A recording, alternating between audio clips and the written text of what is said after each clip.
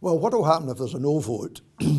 Not much on the constitutional arena, but by 2016, lots of people who voted no will bitterly regret it.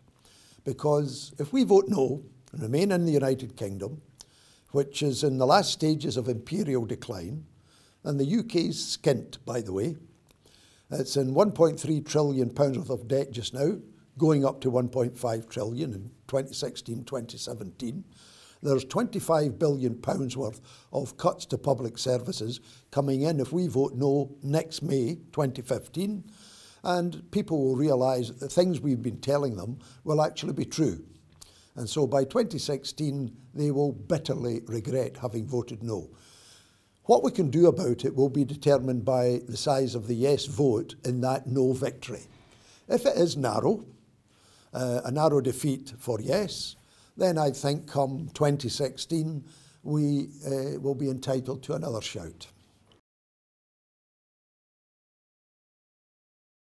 Well, I wasn't always in favour of independence. I went to the Westminster Parliament in 1970 as a Labour MP, convinced about the case for the United Kingdom. And after a couple of years at Westminster, I began to realise that what I believed actually wasn't true. Now, it's a very difficult thing. It's quite painful to face up to the fact that you've been wrong on something as fundamental as, independence for Scotland. So I sort of travelled in to the next cosiest thing, which was devolution.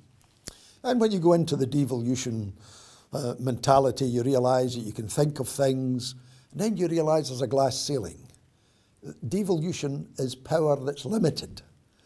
And then I moved from there into independence. So it took a 12-year journey for me to go from a unionist, to someone who believes in independence.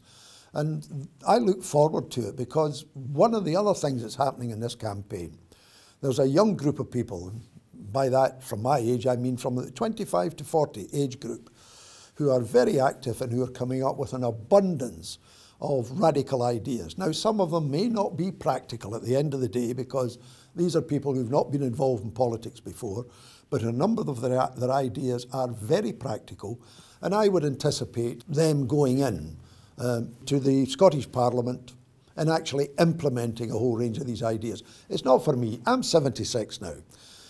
After September, I retire for the second time and leave it to them. And I'll be very happy to leave it to them because they're a very talented group of people.